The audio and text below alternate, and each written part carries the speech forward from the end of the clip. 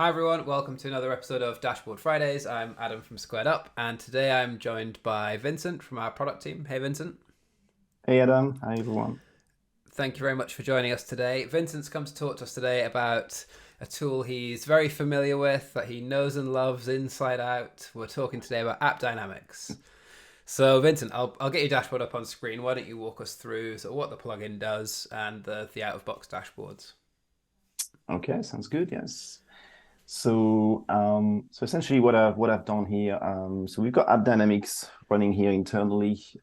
We are actually an AppDynamics partner, so we worked with their partner team and their customer success team to actually build that plugin. So what I've done here in Squared Up is I went to add the plugin, and as soon as you do that, you kind of get two things happen out of the box for you. So we start kind of indexing what we find in AppDynamics. So in our environment, we've got some applications, some .NET app as well, bunch of hosts, bunch of servers, some business transactions as well. So we've already kind of indexed all of that. What I can basically do out of the box is say, go maybe start with the AppDynamics organization. So I'm going to actually drill down and start exploring what we can see with the plugin.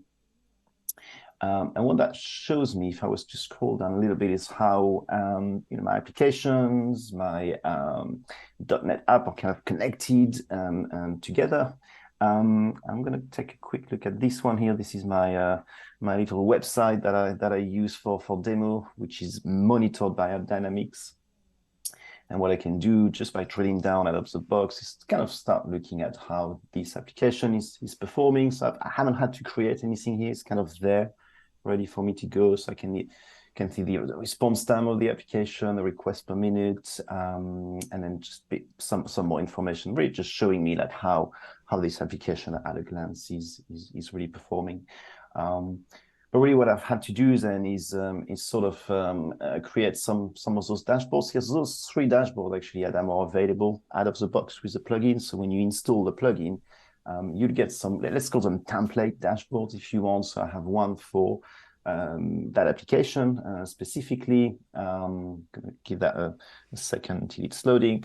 So that's really just looking at the application itself from the inside, if you want. So we've got the response time that should hopefully appear shortly, the events, the type of events, the list of events, kind of what you would expect to see for an application at a glance, essentially.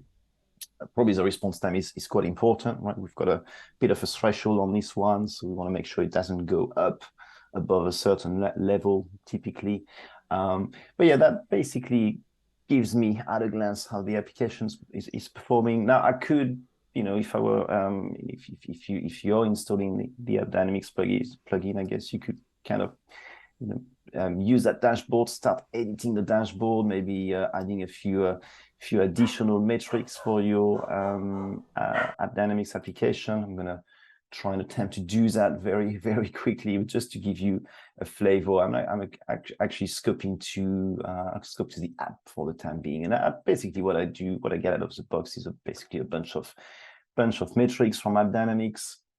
So I can kind of choose the metrics I want to see out of the box, but I can also just go and add my own metric as well. And the way it works is really, really easy. I mean, if I was to switch over to AppDynamics, AppDynamics is great. It's got a lot of metrics out of the box. So if you're looking, well, in this case, at a server, if you go to metric browser, now those, server, an application, maybe a synthetic monitor will have hundreds of out-of-the-box metrics in AppDynamics. So if you knew the metrics you wanted to sort of visualize, you could probably kind of, maybe you wanted some kind of network incoming bytes per second. I'm just don't know why I'd be interested in that, but that sounds exciting. So I could basically right-click, maybe copy the path, and sort of head back over to Squared Up and maybe, I can use my keyboard and maybe enter the path here. I can use a drop down just to choose all the metrics available to me from AppDynamics. So it's really just, we've tried to make it really easy to sort of create a basic AppDynamics dashboard. We've also got a server dashboard as a kind of template out of the box as well. And again, that's looking at really typically like the kind of high level sort of like, is it available, right? Is it green? Is it red? In that case, it's 100%. So I'm pretty happy with that. And then your usual CPU memory disk metrics. And that's all kind of streamed in real time from AppDynamics as well. So I can pretty much easily go here and say, actually, I want to look at the last 7 days maybe. And again, we are doing that real time. Sort of go to AppDynamics, and here I can start doing, some interesting kind of analytics in a way, looking at a month, looking at the 7 days, maybe looking at the last 1 hour, just to get a feel for how the server actually are performing. So the plugin's pretty easy to set up. The out of Mm-hmm. box dashboards are, you describe them as templates, right? So they're not supposed to be the only dashboard you ever use. It's just sort of inspiration, a bit Yeah. of guidance on how to set up your own. You might want to clone it and change it, or have one Mm-hmm. for every application, that kind of thing. And the drill downs work as well, so you get Yeah. metrics. And if that wasn't enough, you can also just grab the path to any metric from AppDynamics and use the Mm-hmm. configurable data streams in Squared Up to add anything in. Yeah. Nice. Actually, on this dashboard here, the user experience, that's kind of looking inside, so outside in, I should say, synthetic monitors from AppDynamics. This one is pretty cool because what I really want is to look at the browser usage across different time frames.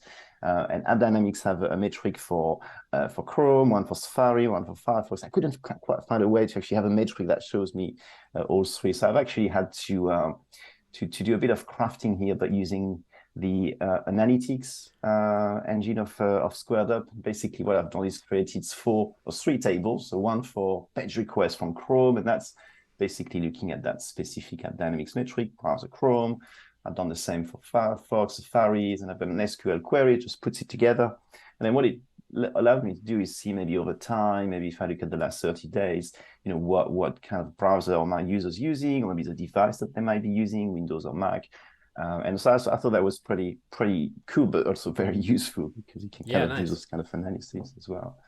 Um, but yeah, I mean, I guess where it really comes to life, Adam, is really when you start correlating this data with maybe all the bits and pieces that make up your application. Because obviously you could do that in AppDynamics as well. AppDynamics have dashboards as well that you can share, but really, I think when it comes to life in Squared Up is when you start saying, well, actually, I've got my DevOps team that is actually pushing code to my application. So I kind of want to see, is the response time, the end user response time, kind of impacted by maybe a release that was done yesterday, for instance. So it's when you start putting those kind of different metrics from different teams side by side, you enable collaboration between teams, which is already a good thing, but you also make sure that maybe your support team, maybe for incident response, that you have kind of the bigger picture of your application. And again, I mean, that's, I could probably do that on this dashboard. If I was to add a new tile, I could probably just create a new scope and maybe look at, in that case, we use Azure DevOps, could be Circle CI or any CI/CD tools, and maybe just start looking at my actual application, CI/CD pipelines, and sort of add that, add the data on the dashboard if I can find it from the list of metrics. So yeah, I'm probably not going to do that live, but that's really the premise of Squared Up. Maybe the best way to look at it is if you have also maybe like a kind of an exec dashboard, maybe it's an NOC. I could probably add my end user response time here as an SLO, and that would sort of, again, build that bigger picture for all the teams to use, incident response, reporting to my stakeholders as well. And I guess in that sort of more detailed view, you could combine those, say, like pipeline runs in Azure DevOps with your user performance measure from AppDynamics, and be able to see like, does the outside in response time drop just after a build has been deployed or during a build, that kind of stuff. Yeah, precisely. What you can do as well is if you essentially everything on this dashboard can be sort of reported upstream as we just kind of show on the exec dashboard, and that's really by means of I could probably enable a KPI on this one. So actually, that's my application KPI. That's what I want the business to know about, and maybe that's I'll just call that response time, and maybe I'll do the type. Maybe that could be the SLO for that application, for instance, and I've essentially published my KPI upstream. And other teams can also see upstream that kind of what is the status of the application. Right now we are a bit red because I think the response time is not doing too well, but that's a different story I need to look at. So using the, I mean, you've got some monitoring turned on there, so you can have people Mm-hmm. being alerted if those numbers change, Yeah. and then with KPIs you can effectively share that data. So somebody doesn't need, as a starting point, somebody doesn't need to go to AppDynamics to get this data if it's Right. not their normal tool or skill Mm-hmm. set.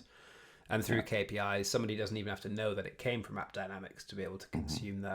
consume that output. Pretty cool. Exactly. Yeah. Precisely.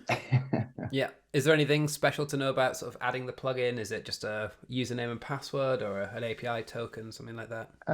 Yeah, I mean, it's pretty straightforward. So if I go to the one I've added, I think it's this one here. So you need the account name, and then you basically create an API kind of token in AppDynamics. So went to AppDynamics, gave it full permission, but you can kind of customize the permissions on that API token, and then gives you a name, a key, and that's it. Usually That's it. takes, I mean, in our environment, it takes a few seconds to import everything. But I mean, if you've got a bigger environment, it might take a few more seconds, maybe a few minutes. You can also restrict access to plugin, which is pretty cool. So you can say, actually, I don't want anyone else to really mess with my data in AppDynamics. I just want them to see the end result. So you can kind of do that as well. Nice. Is there anything else worth sharing, or shall I go ahead and wrap us up?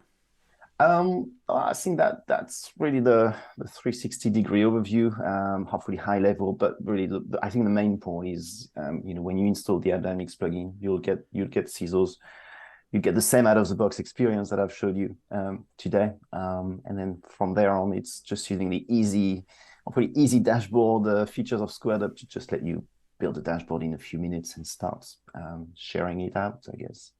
Perfect. Thank you very much for that. So yeah, for anybody who wants to try it out, you can go to squaredup.com/dashboard gallery. We've got a load of plugins covered on there, loads of videos like this to check out. Also head over to Community Answers if you have any questions. That's at community.squaredup.com. And if you're a real AppDynamics expert, unlike all of us here at SquaredUp, and you want to contribute to these plugins through sending us screenshots of other out-of-box dashboards we might want to include, definitely feel free to suggest those sorts of things on community as well. The more discussion, the better. But yeah, that's it for today. Thanks, Vince, for joining me for this one. Hopefully see Thanks, you Adam. again. And thanks everyone for watching. See you next time. Bye.